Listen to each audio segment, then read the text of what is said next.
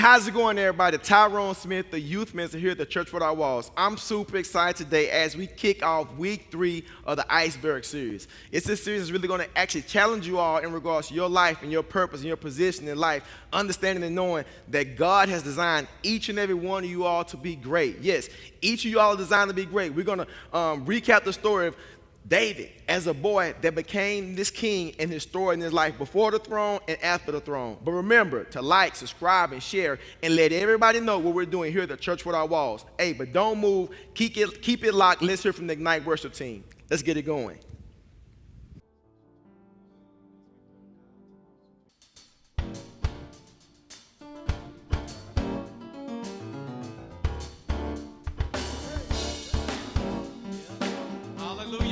The day that the Lord has made, we shall rejoice. Everybody know He's an awesome God? Yes. Hallelujah.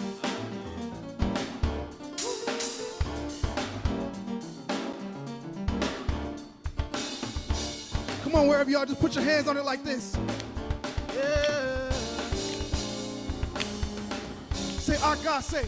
Our God is an awesome mighty race from heaven above with wisdom, power, and love. Our God is an awesome God. Our God. Our God is an awesome mighty race from heaven above with wisdom, power, and love. Our God is an awesome You're marvelous and you're marvelous and you're glorious.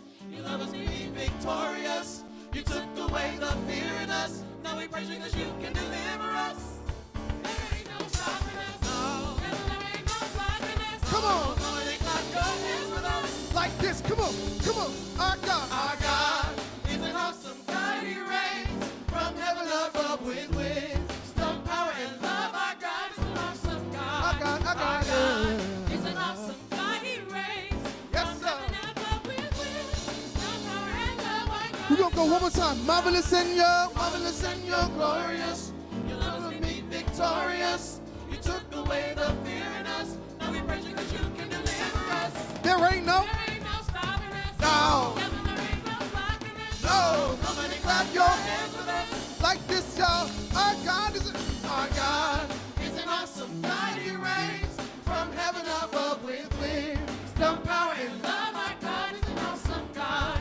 Our God is an awesome mighty race from heaven above with wisdom, power, and love. Our God one more time. Our God is Our God is an awesome mighty race from heaven above with wisdom, power, and love. Our God is an awesome God. Our God. Our God is an awesome mighty race from heaven above with wisdom, power, and love. Our God is an awesome God. Say, He reigns, He reigns. He reigns, He yeah. reigns. He reigns He reigns. forever. He reigns. Say, He reigns, He reigns. He reigns, He reigns. He reigns. He reigns. Hey, He reigns, He reigns. He reigns. He reigns. Yes, He He reigns. reigns. Yeah, He He reigns. reigns. He reigns. Oh, He He reigns. reigns. Oh, He reigns. He reigns. He reigns. One more time. He reigns. He reigns. He reigns. He reigns. He reigns. Reigns. Forever and He ever. reigns. He reigns. We know you He reign. reigns. We say you reign. He reigns. He reigns. Forever and ever. He reigns. He reigns. He reigns. He reigns. God, we know you reign. He reigns. Reign. Forever and ever. He reigns. He reigns. He reigns. He reigns. He reigns. He reigns. Say, our God. Our God is an awesome God. He reigns from heaven Let me hear you. above with wisdom, power, and love. Our God is an awesome God. Our God, our God, yeah. is an awesome God. He reigns from heaven above with wisdom, power, and love. Our God is an awesome God. Come on, clap your hands wherever you are.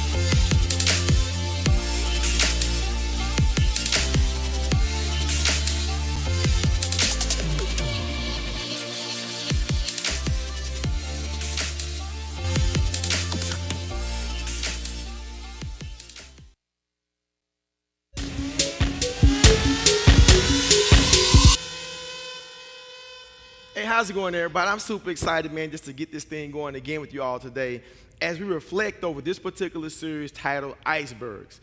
In this series, we've actually looked over the past couple of weeks at the story of David, the boy that would become king. And the thing I want you all to realize as we reflect over this series, I want y'all to remember a fundamental thing that we actually talked about in week 1. Everybody know what an iceberg is, but when you think about an iceberg, you only actually see 10% of the iceberg.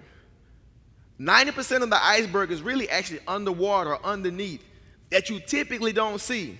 And as we reflect over the story and the life of David, the boy who will become king, before he was appointed king, his appearance wouldn't be that of which you would say, like, he is the guy that's actually going to lead a nation. He is the guy that's going to defeat giants. He is the guy that's going to be like just all in. He is a guy that's really going to be unstoppable because of his mind, his insight, and his preparation. But when you look at him, as we have actually unpacked and unfolded the story, he is not the ideal person. But what do we know? Man looks at the outward appearance, but God looks at the heart. And we learned that in week 1 that, he wasn't the person that you would believe to be king when you look at him, when you look at him in regards to the eye test. But yet, he was the person, he was the one that actually will become king. He was the one that actually defeated this giant, Goliath, that nobody wanted to take on. He is the one that got all the love and all the support from all the people because he defeated like tens of thousands, and Saul only defeated like thousands. So the people champion his name because of who he is and what he's done. But initially, people wouldn't actually see him as being this warrior.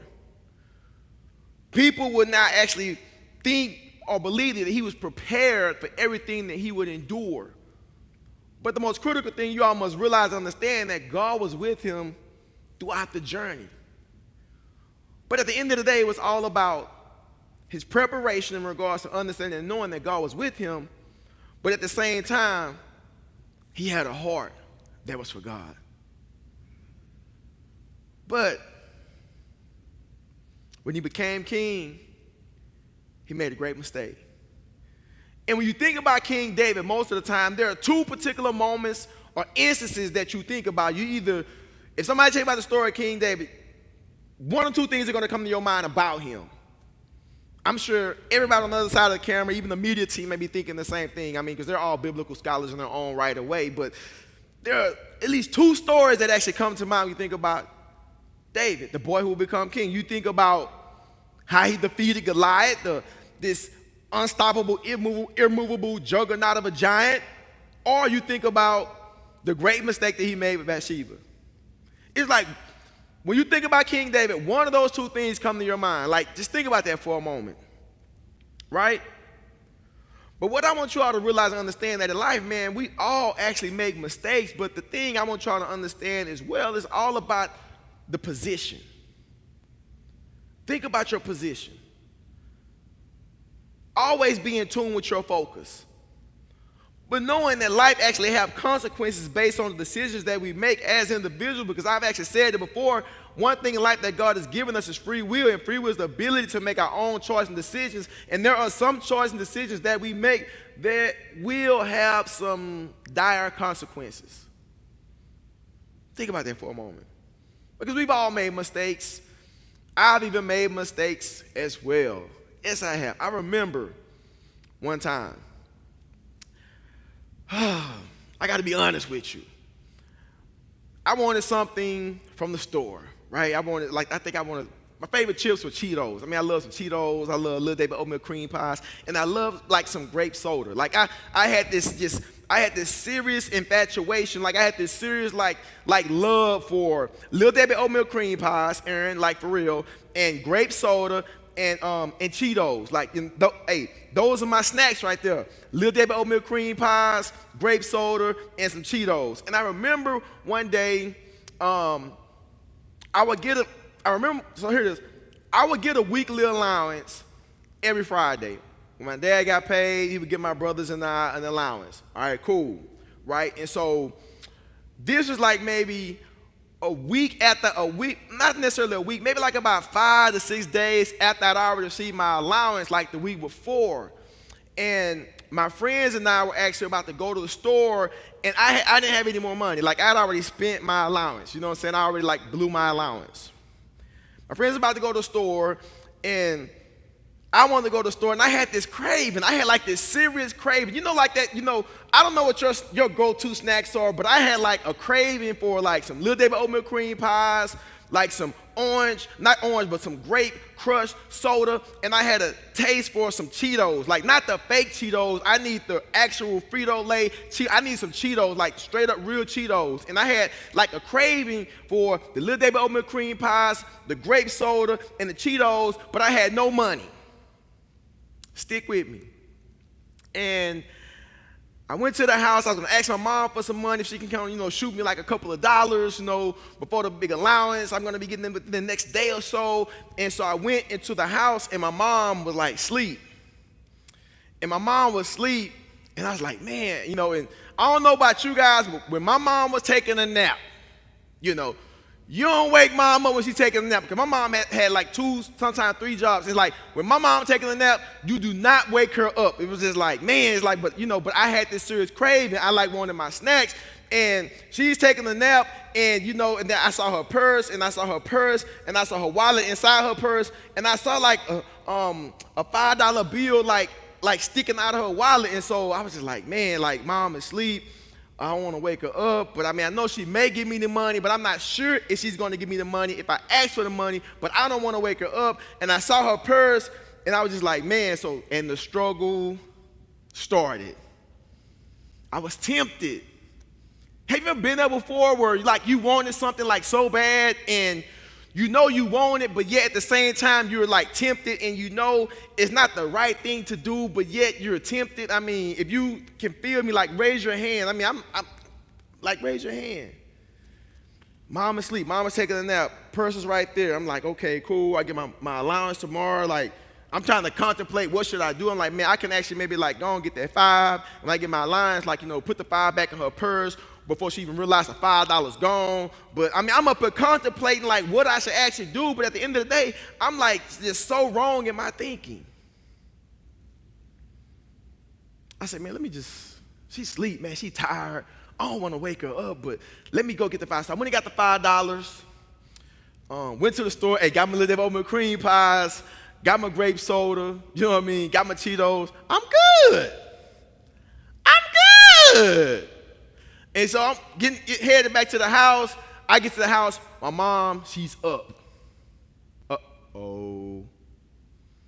And my mom had this look, there was this look about my mother, like Jetty Catherine Smith, that she would give you when you did something out of line or that was wrong or that was sinful, so to speak, based on what we're talking about today. And so my mom asked me, she was like, Tyrone, have you been in my purse?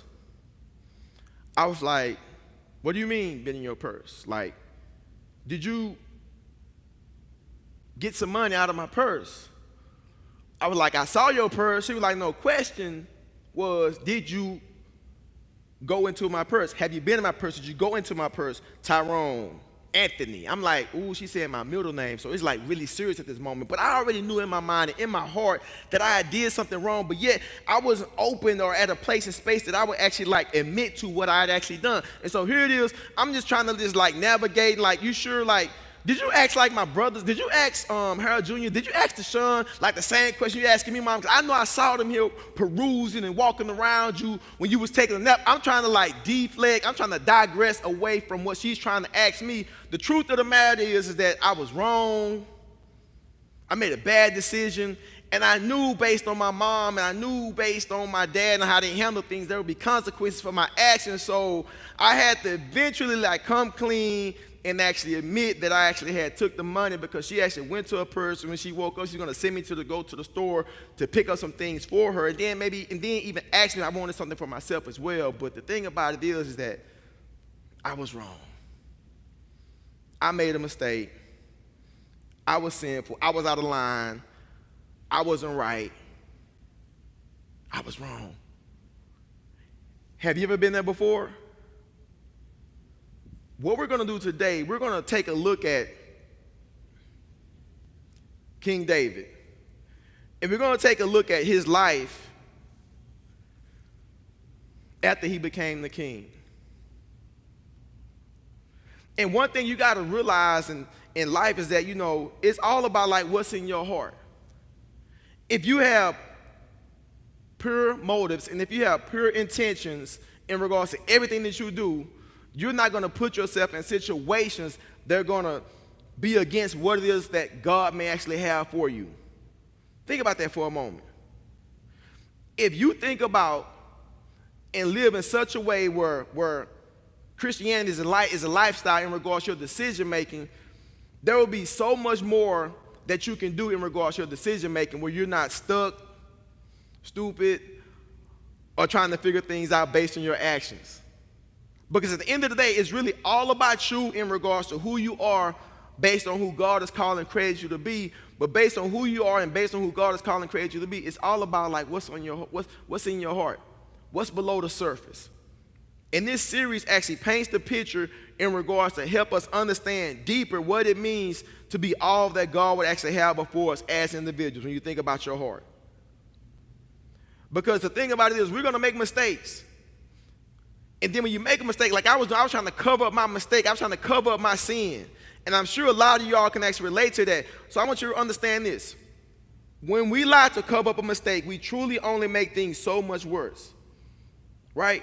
We only make things so much worse. And we're going to see that's basically what happened with King David. Right? And I'm going to read to you the scripture before I actually get into the analyze this particular chapter here in the book so we can have an understanding, all right? So here it is.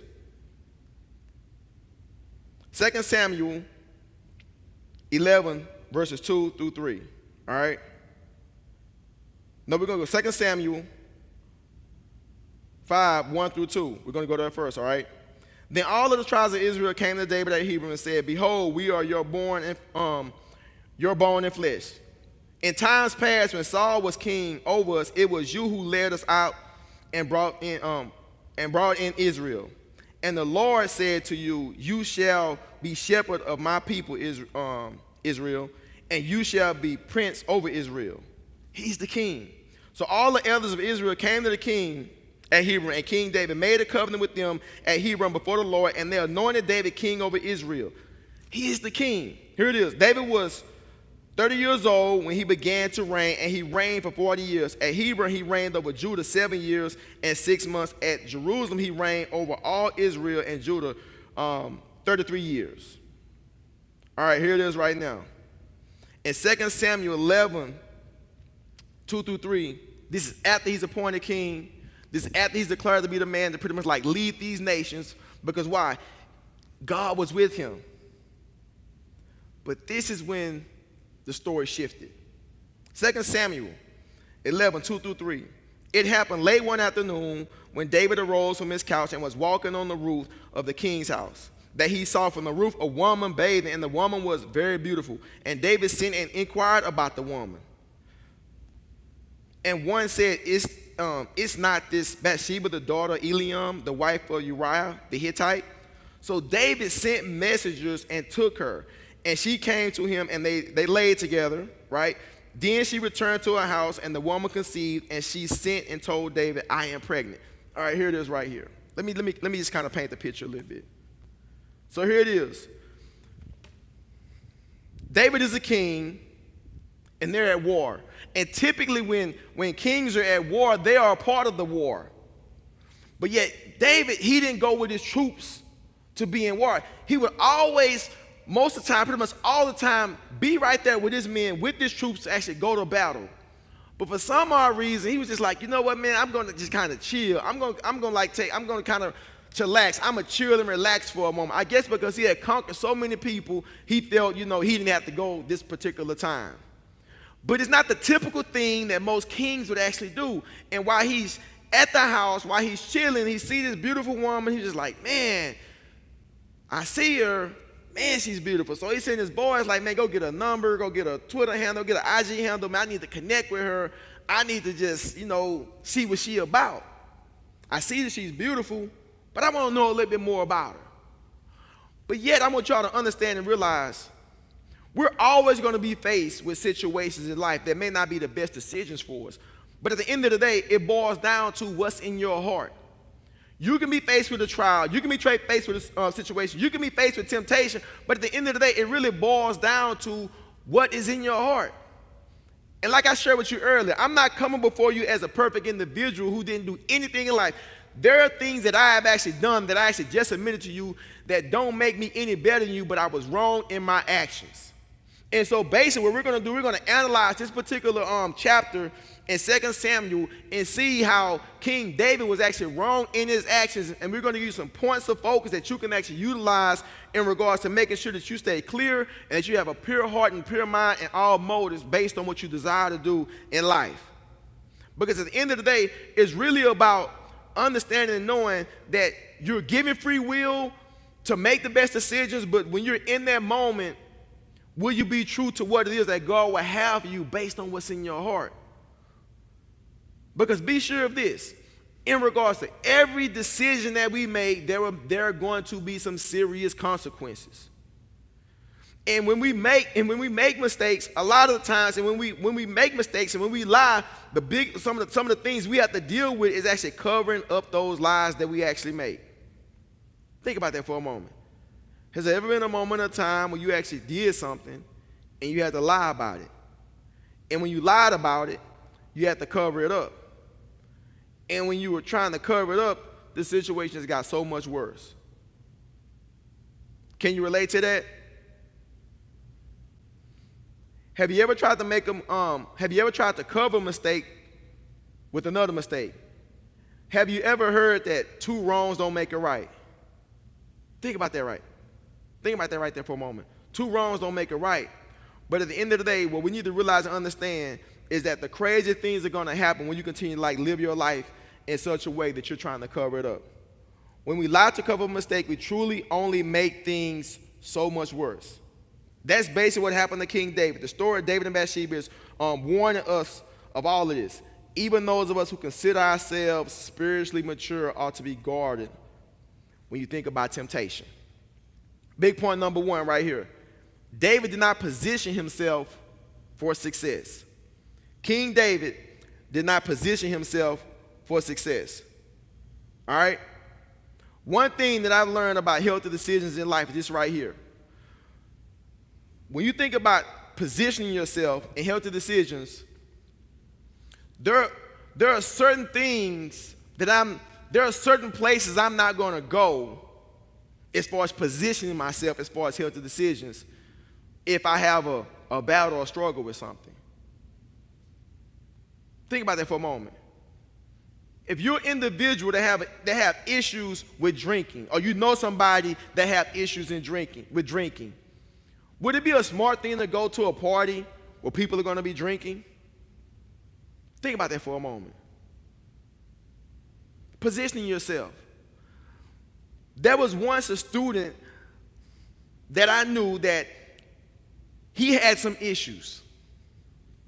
And he really didn't want to go to this particular party because he knew at this particular party there were certain things that were going to be happening at the party.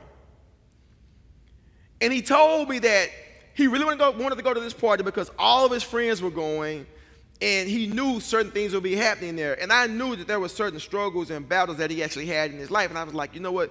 It may not be the best thing for you to go, but the thing about it is, he was so focused and consumed on what his friends would think about him if he didn't go. Have you ever been in that situation before where you know something may not be good for you in regards to position or space or place that you may have a desire to go, but yet outwardly you're so worried about what your friends think about you? You're not worrying about the depth in regards to your heart and your life and your purpose. You're so focused on the outward, what will other people think? Have you been there before? And so when you think about this particular point right here, when we talk about the position, David did not position himself in regards to being successful.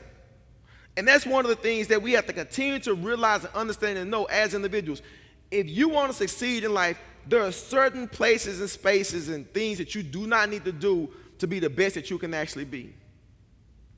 But at the end of the day, really, it's about you being open, honest, and authentic with yourself based on what's best for you in your life. And so when you reflect and look over King David, it was all about really not having boundaries. What do healthy boundaries look like for you? Can you have discipline enough to hide God's word in your heart, right? And have enough discipline to keep bad stuff out. It's always easier said than done, but the thing I want y'all to realize today, can you have enough hope and trust and know that God is with you in everything you deal with and go through, and not put yourself in a place or a space or position to get caught up? Think about that for a moment. David did not position himself for success. And what I mean by that is he should have been positioning himself for success is really understanding and knowing that God actually appointed him to be the king, and the king typically always go to war with their soldiers. Positioning himself for success is doing all of what he had already been doing before he became king, up until he was king, by positioning himself with his soldiers and going to war. But no, he want to sit back, and he's sitting back, and he's getting caught up. And so when you think about your life, are you positioning yourself to be successful? And if you're not, what is it that you need to do to position yourself to be successful? Because you have an opportunity to actually change your narrative. And as we see here with King David, although he was anointed and appointed king, he still had things he had to battle, struggle, and deal with on a daily basis. What about you? Point number 2. King David chose selfishness over wisdom. Think about that for a moment. King David chose selfishness over wisdom. At the end of the day, King David made a terrible choice. As much as you want to position yourself for success, there will be times when you will be faced with a tough decision, whether you position yourself for success or not. In those moments, you have to make choices that are rooted in wisdom and not selfishness. Think about that for a moment. One of the ways we grow in wisdom is to spend time with wise people. Think about that. Who do you hang out with? Who are the people that you actually hang out with that can actually help you in regards to how you go about living life? King David chose selfishness over wisdom. But what about the people that you actually hang with? The top 5 people that you hang with, your character traits are going to be like them. The top 5 people you hang with. And all those top 5 people, or the top 5 people that you're hanging out with in your life, are they giving you support in regards to making you a better version of yourself? Or are those top 5 people that you hang with, they're actually keeping you from being the best that you can be as an individual? I believe that for most people, the top 5 people you hang around, you tend to do a lot of what they do. But the question is, do they do healthy things? The question is, do they make you better? And the question is, do you make them better?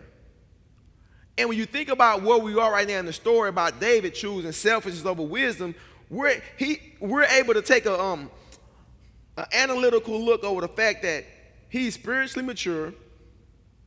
God chose him, but yet he failed, yet he made a mistake, yet he was wrong. And so what does that mean? We all can fall. But the thing about it is, will you be in tune to make wise decisions? I said earlier, one thing I thank God for is free will, and free will is the ability to make our own choices and decisions as individuals. And the biggest thing is this: what will you choose to do? So who do you hang out with? Here it is. So who do you hang out with? What are the qualities and characteristics of those 5 people that you hang out with? Is it possible that you're hanging out with people who are influencing you in negative ways? And if they are, what will you do? We ought to be people and individuals that actually choose our friends wisely. Because when you think about it, King David was friends with Uriah, who was the husband of Bathsheba. And so what did he do? He put this man on the front line so he can try to cover up his mistake and bury his mistake.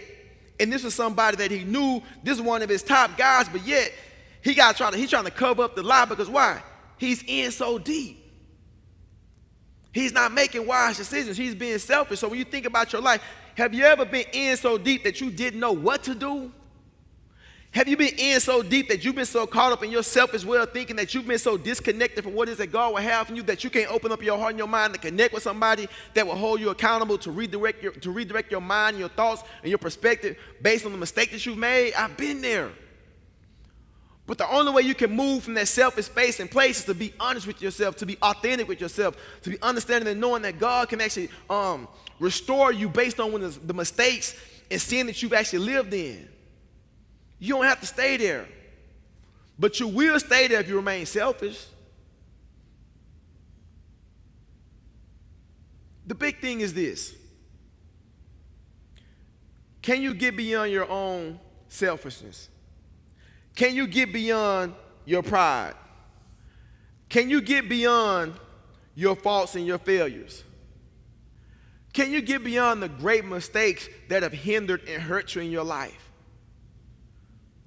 And that's what we're seeing right here with King David, is that he was so focused on what it is that he wanted that he disregarded everything that God had before him in his life.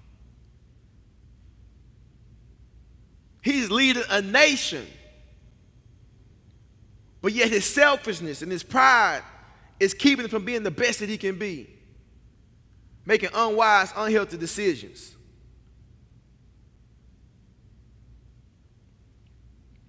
A fool can be defined as someone who knows how to make good decisions and make poor decisions all the time. Think about that for a moment. You can be smart, but do you make smart decisions? You can be wise, but do you use your wisdom? Think about that for a moment. Big point number 3 right here. David's foolishness had heavy consequences. I don't think it can be overstated that our actions have consequences. We talked about that earlier. We all know it, but sometimes we rush into decisions without considering the cost. It's been said that sin will take you farther than you want to go, keep you longer than you want to stay, and cost you more than you want to pay. So many times sin consequences actually end up doing more damage than you ever thought. Have you ever thought about that? You've been so stuck in your stuff that you didn't know what to do. You didn't know which way to go because you've been so consumed with what it is that you wanted that you didn't think about the consequences because you were so stuck on self. Have you ever felt like that before?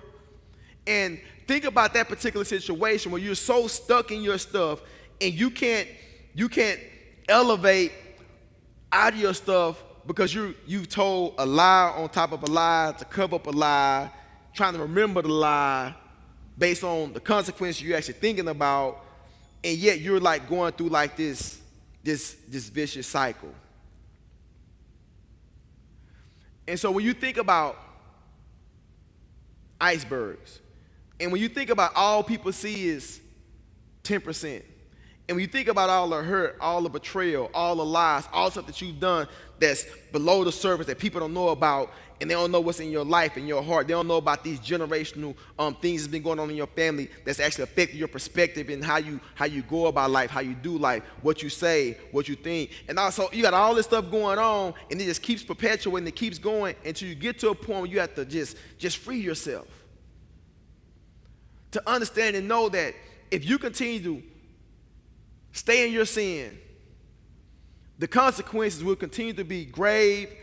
The consequences will continue to be helpless. The consequences will continue to be hopeless until you make a decision to have a renewed heart, a renewed mind, and a renewed perspective. Think about that for a moment. I remember when I was in college. And if you're in college, you maybe can relate to this. If you're not in college, I'm this store will actually help you. I remember when I was in college, I remember my mom and my dad, primarily my mom, she was like, do not get credit cards, because if you get credit cards, you're just setting yourself up for failure. She's like, when you go to college, they're gonna target you and try to get you to get these credit cards. Do not get credit cards, son. I remember I went to college. They had these tables. You get a free T-shirt. Like, if you apply for this credit card, you get a free T-shirt. And so I'm like, I want the free T-shirt. Got the credit card, spent the credit card, had a high interest rate, and then once I had my first credit card, I started getting all these notices in the mail for these credit card applications. I'm like, man, I can get these credit cards, I can get me some new shoes, maybe like once a month, I can get some jeans, I can spend it on fast food. And so, but at the same time, these credit cards had these high interest payments and everything that I was like disregarding. I'm like, man, let me just pay like $2.50 a month or something. I'm paying the bare minimum. But the thing about it is, my mom told me, she's like, Tyrone, if you get a credit card, you're going to continue to get credit cards because they're not good. There's nothing wrong with having a credit card, but they're not good for you if you don't know how to be responsible. She's like, son, I learned I was irresponsible at first when I had credit cards. I just want you to don't get credit cards. Just wait till you get out of college and get your job. You should be good. But, I'm like, man, whatever. Let me get these credit cards, get this food, get these shoes, get these clothes, whatever. Boom, I get out of college, I got a job, I'm good, I'm making some decent money, but at the same time, all these credit card interest, the interest just kind of just ballooned, and I was just like, what? But yet I didn't listen. My mom tried to tell me, she's like, son, there are going to be consequences. Like, by the time I finished paying for the credit card, I paid it off. Like, I paid so much interest. The interest payments I made at the end of it, I paid, the amount that I actually used 2 times over. All because I wasn't willing to listen to what my mom was trying to share and give me as wisdom. And so when you think about your life, think about this for a moment. God is trying to position you to do some amazing things in your life. But you got to be wise to know that you can be so much greater and so much better. We all have failed. We all have made mistakes. But the thing about it is about how can you come to a point and place and space of realization to know that you don't have to stay stuck where you are. God has put you in the position to do some amazing things, but it's all about, will you have a healthy perspective? And you will only have a healthy perspective if your heart is in the right place. And if your heart is in the right place, you won't get so caught up what the world has to offer. And King David, he got caught up. You don't have to be caught up. You don't have to get caught up. You don't have to stay there. You have an opportunity to do life so much differently and so much better because God's created you for this. It's all about what will you do. It says in Romans 3:23, all have sinned and fall short of the glory of God. Think about that for a moment. All have sinned and fall short of the glory of God. But yet we have an opportunity to be restored. Think about that for a moment. We have an opportunity to be restored, but the thing about it is, if you stay in sin, you're not setting yourself up to succeed. It says in Romans 6:23, for the wages of sin is death, but the free gift of God is eternal life in Christ Jesus, our Lord. We're given the free gift. There's no cost. The price has already been paid, but the question is, what will you do today? The Bible says this in Romans 10:9-10. If you confess with your mouth that Jesus is Lord and believe in your heart that God raised him from the dead, you will be saved. For with the heart one believes and is justified, and with the mouth one confesses and is saved. Hear what I'm saying? If you confess, if you believe in your heart, it starts with your heart. You only see 10% of the iceberg. But there's another 90% beneath that we don't see. People see your outward appearance, what you look like on Instagram, on TikTok. People see that, but at the end of the day, it's all about like what's in your heart. Is your heart right? Are you willing to take a step outside of what everybody say, think, and feel about you as a person to be all that God has called and created you to be based on your heart? If you're stuck in sin, you don't have to remain stuck. All you have to do is confess with your mouth and believe in your heart. You too, and you can, and you will be saved. Free will. The story of the boy who will become king is a story that we all can relate to. When you think about his life in regards to this shepherd boy that's preparing the sheep and just tending to the sheep and that's killing the lions and the bears. And he comes. It's like, no, he's not the one. Because why? Man looks at the outside, but God looks at the heart. He rises up. He defeats this giant, this juggernaut of a giant, Goliath. He becomes the leader, the king, defeat tens of thousands. People love him, but he makes a mistake. He falls in sin, but he doesn't stay there. He's restored. He changed his perspective. He changed his heart. He changed his way of thinking. He changed the people he was hanging around. He repositioned himself. So what about you? So you have an opportunity today to reposition yourself. But it starts with your heart. So today, if you're tuning in and you feel led to make a decision for Christ, this could be your day, this could be your moment, this could be your time to change the narrative, to change the story. And as I said, I thank God for free will. And free will is the ability to make our own choice and decisions as individuals. So today, if you feel led to make a decision for Christ, to give your life to Christ for the very first time, this could be your day to do so. Because maybe you're sick and tired of being sick and tired. It's about you right now. Or maybe you've made a decision for Christ. You know what it means to give life to Christ. You know what it means to make the ultimate decision. But you've been disconnected. You've been disengaged from the church. You've been disengaged from being all that God has called you to be. You know better, so you should do better. Why not do better? So if that's you, you have an opportunity to rededicate and recommit your life to Christ. So I challenge you. It's about you right now. You don't have to stay stuck where you are. You can be healthy. You can be whole. It's all about repositioning yourself. So if it's to give your life to Christ or rededicate or recommit your life to Christ, we're here for you. Or maybe you've been tuning in with us for the past 19 months or so, and it's like you've been a part of this church. It's like, man, I may as well just join. If you feel led to actually join the church, know that as a church, as a family, as a ministry, as a team, we are here for you. So today, if you feel like join the church here at the Church Without Walls, we receive you, we thank you, we support you for the decision that you've actually made to join the church. So if you made a decision today to either give your life to Christ, rededicate or recommit your life to Christ, or join the church virtually, as a church, as a family, as a team, we're here for you. And what I want you to do, I want you to go to our website, tcww.org, right?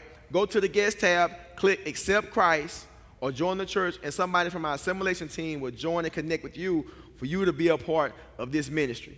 And if you made a decision, as a church, as a ministry, as a team, we give you a virtual hand clap, a virtual round of applause. We give you some major love for you making the decision to actually connect with us here at the Church Without Walls. This series is really being about, understanding and knowing that in life, you can be restored. In life, it's a journey. It's not so much about where you start, but it's all about where you finish.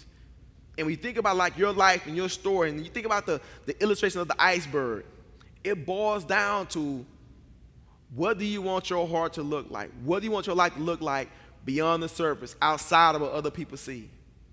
Man looks at the outward appearance, but God looks at the heart, and he's designed each and every one of us to be great. I just want to just thank you all for actually tuning in with us here today with Ignite Sunday Live. It's a lot that we're doing here in the life of the church. On behalf of our pastor, Dr. Ralph Douglas West, I thank you. I appreciate you all for serving and support this ministry. I thank our amazing team of media gurus who actually help us to project this message virtually throughout the entire world to be all who God has called us to be. So it's all about a collective work. And so if you support this ministry, we thank you as well from the bottom of our heart. So we're about to be ready to get out of here today. So go to our website to see everything that we have going on at tcww.org.